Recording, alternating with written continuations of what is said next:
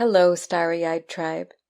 I'm Radhika, and today I'm going to be talking about Venus's retrograde journey in Leo, which began on the 22nd of July and will end on the 3rd of September. The pre-shadow period began on June 19th, and post-shadow ends on the 7th of October. So the theme of the retrograde lingers longer than the actual 6 weeks of the retrograde, and this should be kept in mind as we go through what this retrograde means. Shadow basically refers to the degrees of a sign that a planet going retrograde traverses before stationing retrograde and after stationing direct, since the planet first moves forward through a sign until it goes retrograde, and then moves backwards through those degrees until it's time to go direct, and then has to once again pass over those degrees forward until it crosses past the degree point from which it turned backwards for the retrograde period. That is when we finally exit the retrograde and shadow fully, which is the 7th of October. So this journey along certain degrees of a sign 3 times, once forward, once backward, and finally forward again, is the peculiarity of retrogrades. It means that the transits the retrograding planet is involved in is very significant and must be understood quite thoroughly. The first time we're introduced to certain energies. We're just introduced to them. The second time we get to delve deeper into them, extracting and contemplating upon information and wisdom only available during the retrograde. And the third and final time, we are equipped with this revised knowledge and refined energy to really embrace and embody what is being called for us to be. Through this process, we are transformed in a way that is absolutely necessary, both for us individually and for the collective. Venus is the planet that retrogrades the least frequently, once every 18 months for 42 days. Being the goddess of all that especially humans hold dear, it is often the one that is most felt. Beauty, love, sex, art, money, land, produce, basically abundance in all its forms, but most importantly, the desire nature which inspires creation and the state of contentment, satisfaction, and pleasure of all creation is her domain, and what almost each of us aspire to have and be according to our individual desire nature. In Leo, the power of all that is Venusian is greatly emphasized because Leo is a highly individualizing sign. Leo, infused with and shining with the golden light and heat of the sun, is the naked child seated on a white horse we see in the tarot, arms stretched out in innocent glory. Vibrant and assured with its purpose of self-expression, Leo is playful and ever ready to receive and express love and affection. Leo needs to be seen and has something that should be seen. This retrograde will be most impactful for those with placements or points in Leo, and whose placements fall between 12 degrees 12 minutes and 28 degrees 36 minutes of Leo, as well as those that have any of the other 3 fixed signs, Taurus, Scorpio, and Aquarius, at or between those degree points. If you do, Venus will be squaring those natal chart placements, and a square is always a high energy aspect.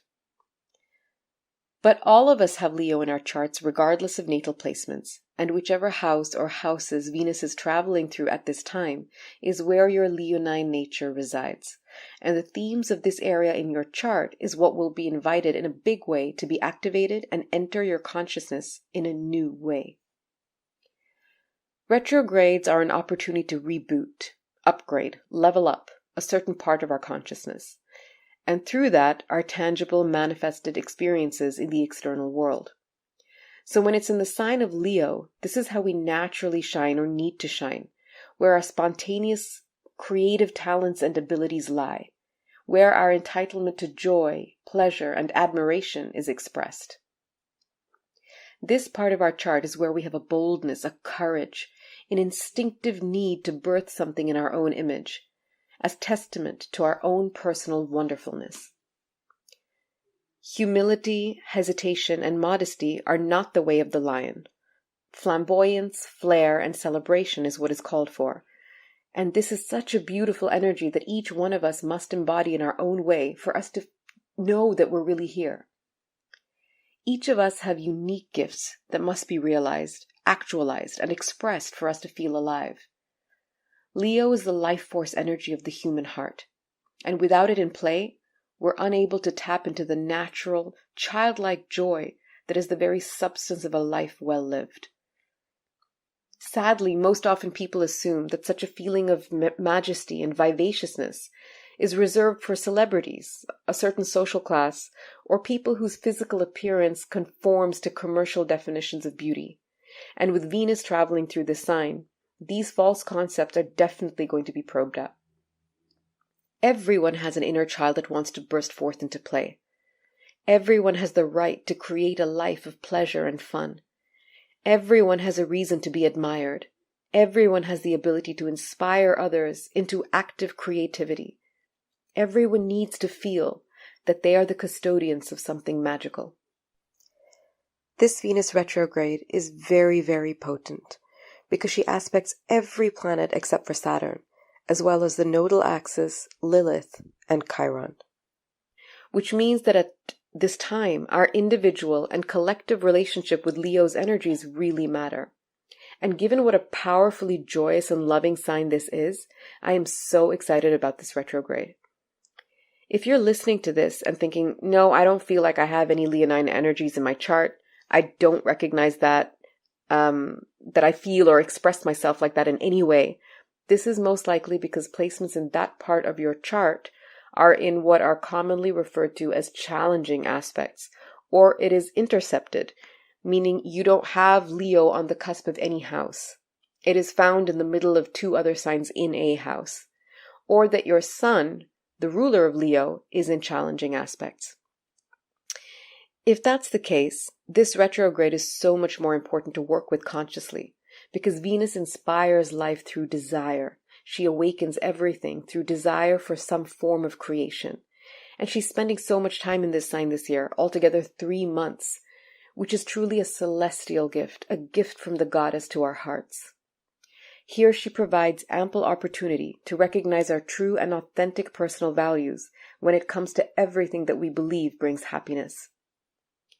She will make it obvious where and why we may be joyless, where we lack spontaneity, where our self-expression feels thwarted, what we may be restricting ourselves from because of false notions of worthiness.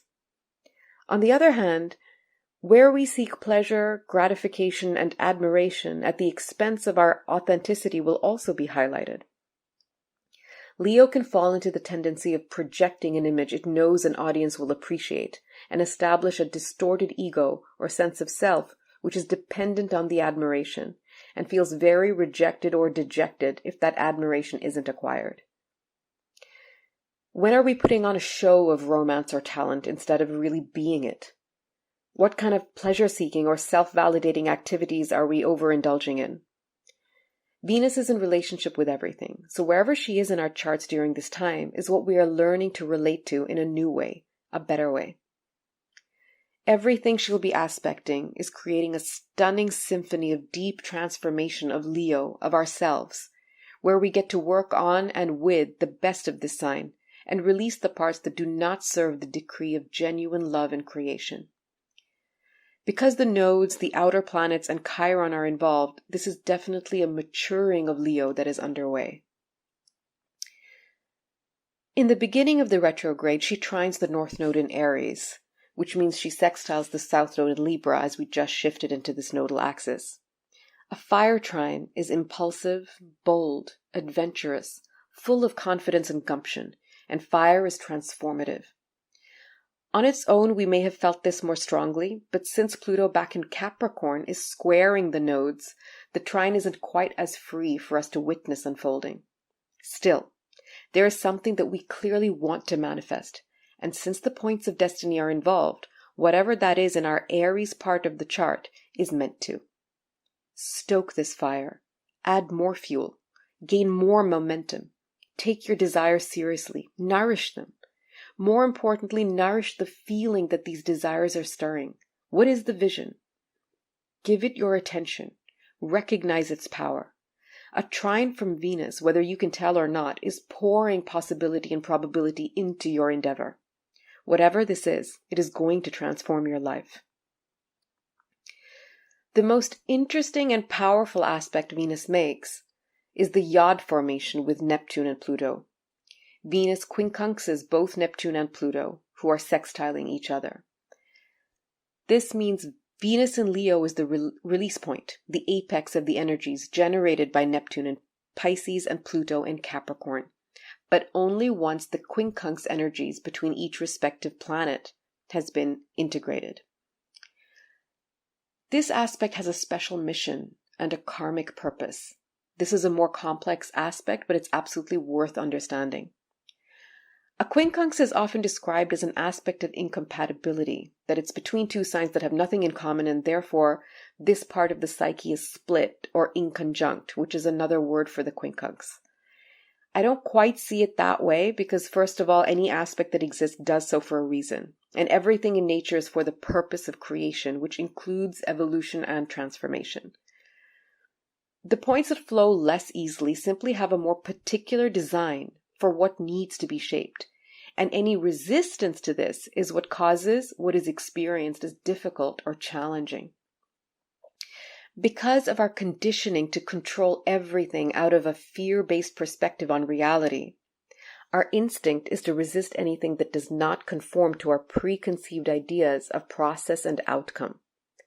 The moment we resist the movement of natural forces, natural energies, a tension is created, blocks are established, frustration and suffering ensues, until our rather poorly informed minds release their grip and understand that we either need to let something happen or that a different mode of operation is required and take action accordingly.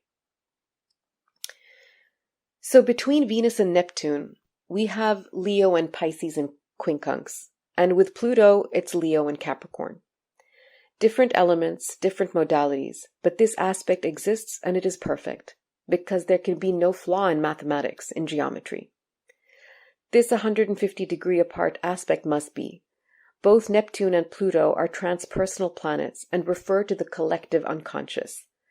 Their powers operate generationally and with a much vaster scope than personal planets. Their energies contribute to large-scale changes of the collective as a whole. Neptune in Pisces is whatever beliefs, ideals, dreams, illusions, and delusions the collective represent. It ultimately dissolves that which is not universal truth and has the power to disseminate a truly healing, unconditional love, as can be seen with the burst of interest in and availability of esoteric teachings.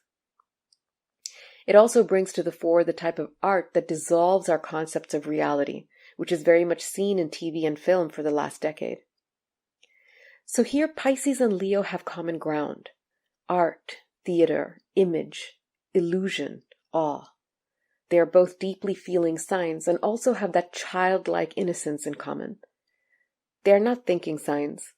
They are intuitive and receive creative inspiration from a source of energy they are connected to directly. And whatever their chosen work is or creations are, they have the ability to mesmerize and impress emotionally. Venus is a personal planet. So the question here is, what kind of behavior, expression, or action that we engage in for the purpose of personal joy, pleasure, admiration, and reaching our fullest potential is possibly an illusion for others and a delusion for ourselves? Which collective beliefs and trends are we using to validate ourselves? How can our genuine nature, our spontaneous love and affection contribute to collective healing? How can we create art that reflects that intention, that is born from a higher truth that needs to be expressed? How can pleasure-seeking truly be rejuvenating and creative and not simply escapist? How can our personal aspirations and pleasures be inspired by source energy? These are necessary questions at a time where more and more young people are losing themselves to the illusory, unable to recognize and express what is truly unique about themselves, and instead live according to a collective agreement of the value of beauty, fame, and the good life. On a personal level, do be mindful of over-idealizing or glossing over any situation, especially in relationships and in finances. But you can really work with the feelings and experiences during this time to take your desires, creations, yourself to ethereal levels of beauty and manifestation. Pluto is powerful transformation. Something must die before it is reborn. And in Capricorn, it's about the structures, hierarchies, and traditions of society.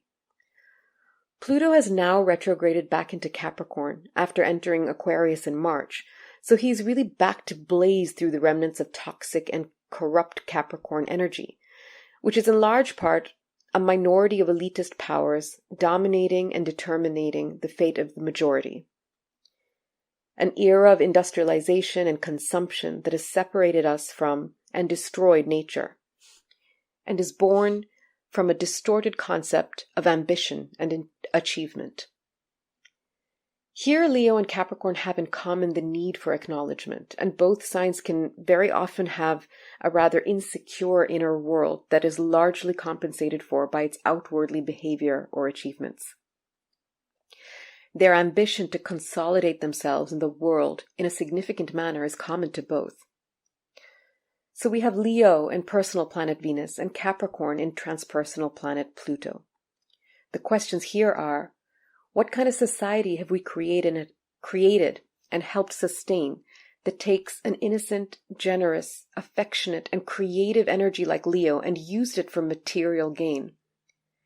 How has this corrupted Leo's purpose to love and inspire into validating itself based on external achievements?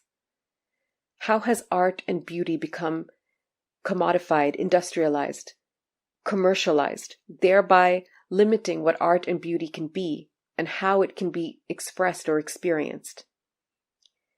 How has establishing a hierarchy within beauty and abundance been a punishing experience for individuals? How can we reform society to become a place of security, supporting and encouraging everyone's individual expression and true beauty? How can everyone feel like royalty just because they are the golden version of themselves? On an individual level, Pluto can trigger themes of power, obsession, very strong passions, and fears around what we hold dear. It is a time to harness energy to create wealth, hone in on our leadership qualities, and be wary of our emotions and reactions, especially in romantic relationships, ensuring we aren't falling into traps of domination or overwhelming situations. And what lies between Neptune and Pisces on one side and Pluto and Capricorn on the other?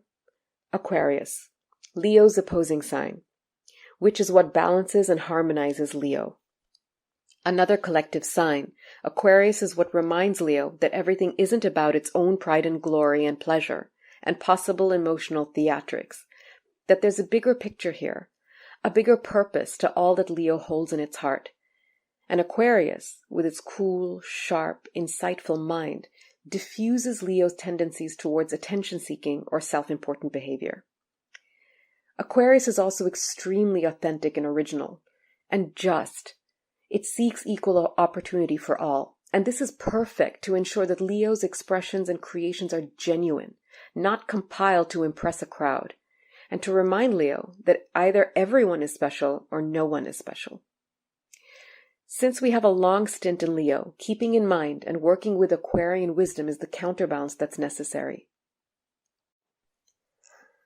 Venus will also be conjuncting Lilith in Leo, and this is a beautiful opportunity to heal where we feel shame, rejection, and unworthiness in terms of taking our rightful place on the stage of life, revealing ourselves and our creations to the world, taking the lead in handling what matters most to us, and in our feelings of beauty, romance, and respect. This could feel intense, as our shadow in Leo is being touched, but the touch of Venus is the most loving of them all, and here she is, inviting us to dare to be what we want to be, cajoling our hearts into opening and sharing, assuring us that our individual flair is wanted. Working with Lilith is a deeply loving process, and when it's with Venus, it's all the more so, because two very different sides of feminine energy are being explored. The heavens and the underworld come together here, the refined and the raw, the glamorous and the primordial, creating a powerful force to be reckoned with, and in the sign of Leo, this must be expressed. This can be harnessed to break through inhibitions and any falsehoods, revealing a most alluring, authentic, enchanting, formidable lioness. Venus also squares both Jupiter and Uranus in Taurus. Again, there is more emphasis on values, beliefs, authenticity, and freedom. Uranus will break through old ways of leonine being, creating opportunities or sheer necessity through something falling apart, to reevaluate how much pride and importance we may have given our material resources, or it may in fact be time to give them their due value if we haven't yet, and embrace a more abundant life.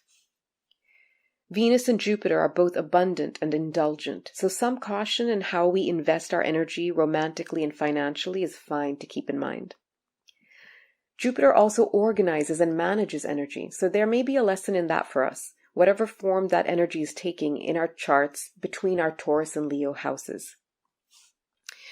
With these two signs, it is how we value what we naturally are, us as our own richest resource, us as our most glorious creation, us feeling like queens and kings of our jungles. Jupiter teaches us to expand our vision, our horizon. And for Venus and Leo, this could be, again, in strengthening our understanding that our stardom has a greater purpose than just personal indulgence, that we can use the powerful energy that comes with feeling like a star to celebrate not just qualifies as fabulous, but all natural life. In a world that needs so much love, Leo love is just gorgeous. It is so feel-good. It is so vivacious. It is so life-giving. And it teaches us how to play fearlessly. Venus will trine Chiron, which is also retrograde in Aries. And this speaks to a very needed medicinal heat that is bestowed upon our sense of self. Chiron has been in Aries since 2019 and has really made us feel our ego's tenderness. There is a lesson of humility, shedding old ways of identifying ourselves, and yet strengthening a truer I am. Venus and Leo, trining wherever our Chiron is, gives us that much-needed boost and reminder that whoever that I is today is a beloved child of the universe, and its gifts, talents, inspiration, and courage are necessary. Also, whatever has been healing and reshaping itself in this part of our chart has become a blessing, a talent, a gift that we have to offer. We have a Venus cazimi on the 14th of August, which is when the Sun and Venus kiss, or are conjunct at the same degree in Leo, considered to be a greatly fortuitous and auspicious event as the Sun magnifies and amplifies Venus's power, that too in Leo, which the Sun rules. The heart of the Sun pours its power into the bold and joyous heart of Leo, under the watch of the goddess of blessings, beauty, abundance, fertility, and pleasure. What more could one ask for? The cazimi is also considered a rebirth of Venus, as she transforms from an evening star to a morning star, and this has a deeper meaning which will be covered in another video. Venus and Leo together are seductive, passionate, exciting, magical, opulent, and so much fun. It is retrograde, however, so keep in mind that romantic connections during this time may not last after the retrograde is over. The meeting may feel fated and incredibly romantic, a strong sensual, and since it's Leo, a childlike and very joyful connection can be felt. But in the aftermath of the retrograde, this may look and feel very different, so enjoy whatever comes your way during the retrograde fully, but do not give energy to expectations and outcome-based thinking. On the day of the cazimi, feel into what your strongest desires or inclinations are. Set intentions, if possible. Take some action towards whatever happiness is to you.